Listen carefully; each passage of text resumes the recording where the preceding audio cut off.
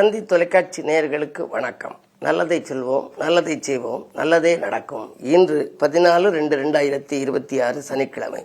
பூராடம் நட்சத்திரம் இரவு 6:26 வரை, பிறகு உத்திராடம். இன்றைக்கு ஒரு அற்புதமான நாள், சனி பிரதோஷம். இதை மகா பிரதோஷம் என்பார்கள். இன்றைக்கு நாம் அந்த சிவபெருமானை சிந்தித்து வணங்கி பார்வதி தேவியை வழிபட்டு நந்தீஸ்வரரையும் வழிபட வேண்டும். பரம்பொருளை சுமக்கும் நந்தி இருக்கிறதே, அதை இன்று வழிபடுகின்ற பொழுது நமக்கு நல்ல பலன் கிடைக்கும். ஒழிப்புக்கு முக்கியத்துவம் கொடுக்கும் அந்த காளைக்கு இன்று மிக அற்புதமாக எல்லா ஆலயங்களிலும் மிகப்பெரிய அளவில் அபிஷேக ஆராதனைகள் நடைபெறும். பொதுவாக நந்தி என்ன செய்யுது அப்படின்னா, சிவபெருமானை சுமந்து வருது. சிவனுக்கு உதவியாளராக இருக்கு, சிவதூதன் அப்படின்னே பேரு. இது போன்ற நாட்களில் நந்தி கொம்பு வழியே அந்த நாயகராம் சிவபெருமானை நாம் பார்த்து நம்முடைய கோரிக்கைகளை நினைத்துக் கொண்டால் அது நிறைவேறும். எல்லா ஆலயங்களிலேயும் இன்றைக்கு நிறைய கூட்டம் இருக்கும்.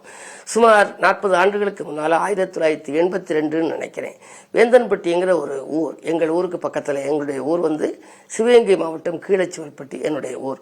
ஒரு 40 கிலோமீட்டர்ல புதுக்கோட்டை மாவட்டத்தில் வேந்தன்பட்டின்னு ஊர்ல மிகப்பெரிய நந்தி இருக்கு. அந்த நந்தி நெய் அபிஷேகம் செய்வாங்க. அதுக்கு எறும்பே முக்காது.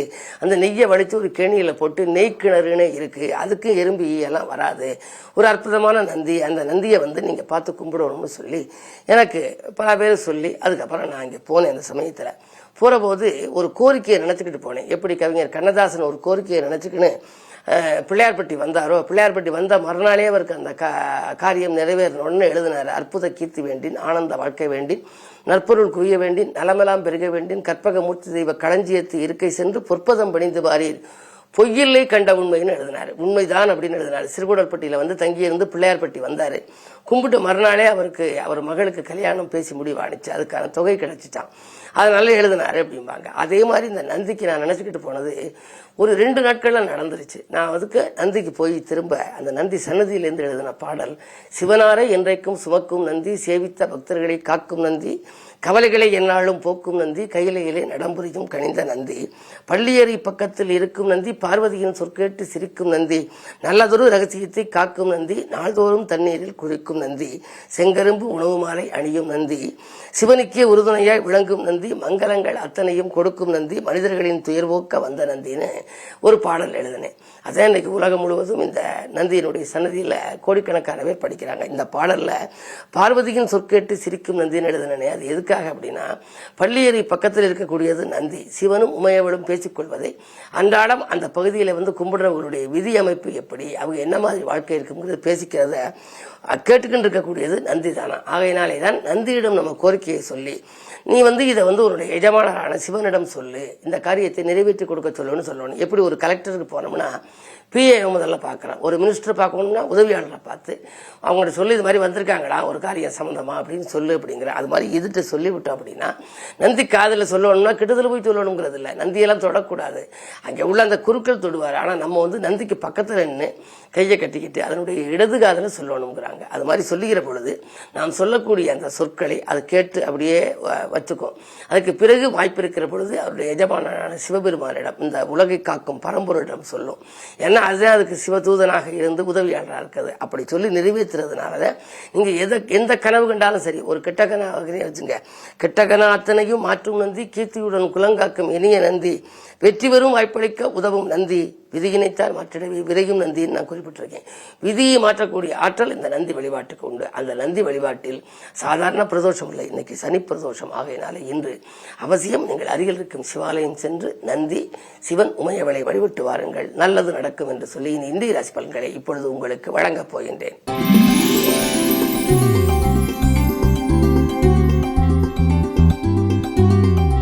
மேசராசி நேயர்களே, உங்களுக்கெல்லாம் வளர்ச்சி அதிகரிக்கின்ற நாள். இன்று உங்களுடைய ராசிநாதன் செவ்வாய் உச்சம், முழுமையாக உச்சம் பெற்று பலம் பெற்றிருக்கின்ற பொழுது நீங்கள் எந்த நேரம் செய்ய நினைத்தாலும் அதை செய்ய இயலும். முயற்சிகள் கைகூடும். முன்னேற்றத்தின் முதல் படிக்கு செல்வீர்கள். மதிநுட்பத்தால் மகத்தான காரியங்களை செய்து முடிக்க இயலும்.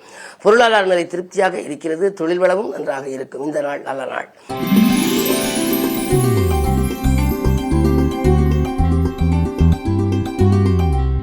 ரிஷபராசினியர்களே, உங்களுக்கு சந்திராஷ்டமம். எனவே எதையும் சிந்தித்து செய்ய வேண்டும், யோசித்து செய்ய வேண்டும். அருகில் இருப்பவர்களை அனுசரித்துக் கொள்ள வேண்டும். நிதானத்தோடு செயல்பட்டால் நிம்மதி உங்களுக்கு கிடைக்கும். அது மட்டுமல்ல, இன்றைக்கு காரிய வெற்றிக்கு நீங்கள் கடவுள் வழிபாட்டை மேற்கொள்கின்ற பொழுது நந்தியை குறிப்பாக வழிபட வேண்டும். உங்களுடைய ராசி சின்னமே நந்திதான். எனவே நந்தியை வழிபடுவதன் மூலம் நல்லது நடக்கும்.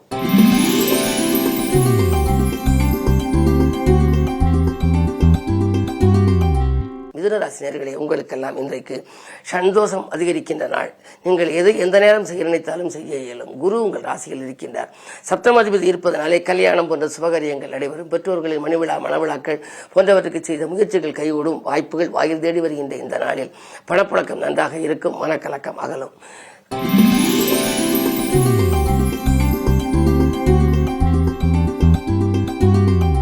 கடகராசினியர்களே, உங்களுக்கு அஷ்டமத்து சனியின் ஆதிக்கம் இருந்தாலும் கூட 12இல் குரு இருக்கின்றார். 6க்கு அதிபதி 12இல் இருக்கின்ற பொழுது விபரீத ராஜயோக அடிப்படையிலே திட்டமிடாமலேயே சில காரியங்கள் நடைபெறும். எனவே கல்விக்காகவோ கலைக்காகவோ எடுத்த முயற்சி கைகூடும். கடதாண்டி செல்வதற்காக எடுத்த முயற்சியும் கைகூடும். அயல்நாட்டிலிருந்து தாய்நாடு திரும்ப முடியவில்லையே, அங்கு குடியுரிமை கிடைக்கவில்லையே என்று கவலைப்பட்டவர்களுக்கு அது கிடைக்கலாம். பொதுவாக இந்த தொழில் வியாபாரம் சிறப்பாக இருக்கிறது.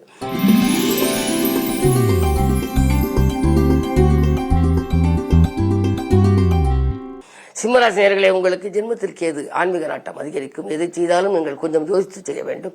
அனுபவம் மிக்கவர்கள் அல்லது ஆன்மீக பெரியோர்களின் ஆசி அல்லது ஆதரவுகளை கேட்டு செய்வதே நல்லது. அது மட்டுமல்ல, நீங்கள் எதிர்பார்த்த வருமானம் தொழிலில் கிடைக்குமா என்றால் கிடைக்கும் என்றாலும் விரயங்கள் கொஞ்சம் கூடுதலாக இருக்கும். மதியத்திற்கு மேல் உங்களுக்கு மனக்கலக்கம் அகலும் விதத்தில் ஒரு நல்ல தகவல் வரப்போகிறது.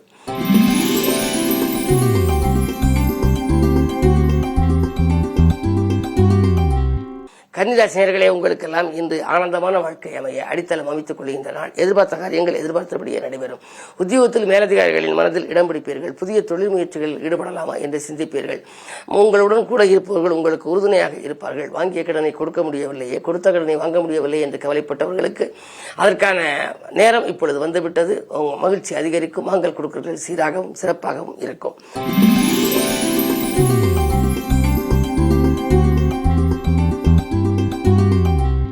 துலாம் ராசி நேயர்களே, உங்களுக்கெல்லாம் கவலைகள் தீர்கின்ற நாள். கடமையில் இருந்த தொய்வு அகலும். எதை எந்த நேரம் செய்ய நினைத்தாலும் செய்ய இயலும். அது மட்டுமல்ல, லாபஸ்தானத்திலே கேது இருக்கின்றார். ஆன்மீகம் மூலம் லௌகிகம் சிறப்பாக இருக்கும்.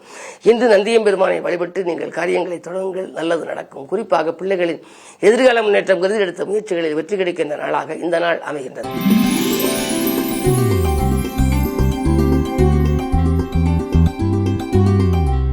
விருச்சிக ராசினியர்களே, உங்களுக்கெல்லாம் இன்று ஒரு அற்புதமான நாள், யோகமான நாள். சனி பிரதோஷம். நந்தியை வழிபட வேண்டும்.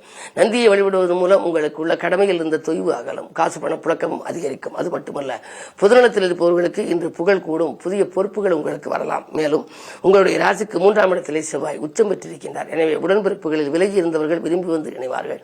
சொத்துக்கள் வாங்க விற்க உகந்த நாளாகவும் இருக்கின்றது. என்றைக்கோ குறைந்த விலைக்கு வாங்கி போட்ட சொத்து இப்பொழுது அதிக விலைக்கு விற்று உங்களுக்கு லாபம் கிடைக்கலாம். பத்திரப்பதிவில் இருந்த தடைகள் அகலும். இன்று இனிய நாள்.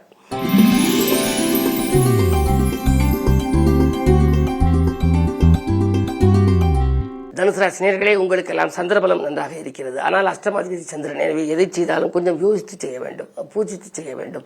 இறைவனை பூஜித்து செய்வதன் மூலமே உங்களுக்கு நன்மைகள் நடைபெறும். குறிப்பாக சந்திரன் மனதுகாரகன். மன நிம்மதி கொஞ்சம் இன்று குறையலாம். நீங்கள் எதை செய்ய நினைத்தாலும் யோசித்து செய்ய வேண்டும். அதே நேரத்தில் உங்களுக்கு தாய் பெற்றோர்களின் வழியில் சில பிரச்சனைகளே வரலாம். அலைபேசி மூலம் வருகின்ற தகவல் அதிர்ச்சி தரக்கூடியதாக இருக்கலாம். பொது வாழ்வில் இருப்பவர்களுக்கு திடீரென பொறுப்புகள் மாற்றப்படக்கூடிய சூழல் உண்டு. 2இல் செவ்வாய் இருப்பதால் கடுமையான வாக்கு பிரயோகிக்காதீர்கள். அதன் மூலமாக பிரச்சனைகள் விஸ்வரூபம் எடுக்கலாம். எனவே கவனம் தேவைப்படுகின்ற நாள் இந்த நாள்.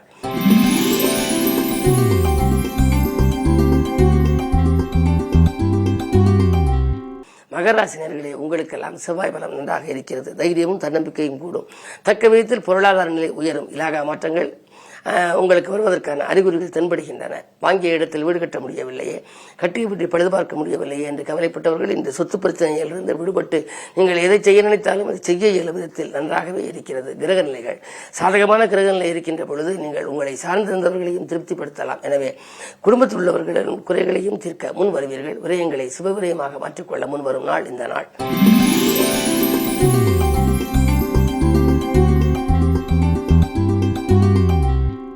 கும்பராசி நேயர்களே, உங்களுக்கு அற்புதமான நாள். இந்த அலைபேசி மூலம் மகிழ்ச்சியான தகவல் அதிகாலையிலேயே வருகின்ற நாள். நினைத்தது நிறைவேறுகின்ற விதத்தில் இருக்கிறது. உத்தியோகத்தில் உடன் இருப்பவர்களால் ஏற்பட்ட அவதிகள் மாறும். புகழ் கூடும். வியாபாரத்தில் வாடிக்கையாளர்கள் எண்ணிக்கை அதிகரிக்கலாம். கூட்டுக்கிரக யோகம் இருப்பதனாலே நீங்கள் எதை எந்த நேரமும் செய்யலாம்.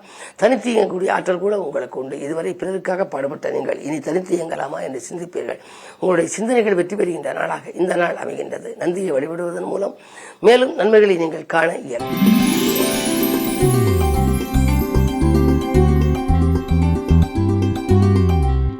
மீன ராசினியர்களே, உங்களுக்கெல்லாம் இன்று முன்னேற்றம் கூடுகின்ற நாள்.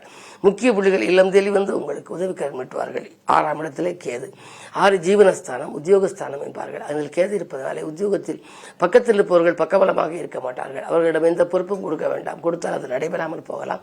மேலதிகாரிகளுடைய கெடுபிடி கொஞ்சம் அதிகரிக்கக்கூடிய சூழல். நாளிலே குரு இருப்பதனாலே கொஞ்சம் நம்பிக்கைக்குரிய விதத்தில் நீங்கள் நடந்து கொள்ள வேண்டும். மாலை நேரத்தில் உங்களுக்கு வருகின்ற பயணம் மகிழ்ச்சி பயணமாக இருக்கும். ஆலய வழிபாடு ஆனந்தம் வழங்கும். சிவதூதன் வழிபாடு சிறப்புகளை காண வைக்கும். மேலும் விவரங்கள் அறிய தினத்தந்தி படியுங்கள்.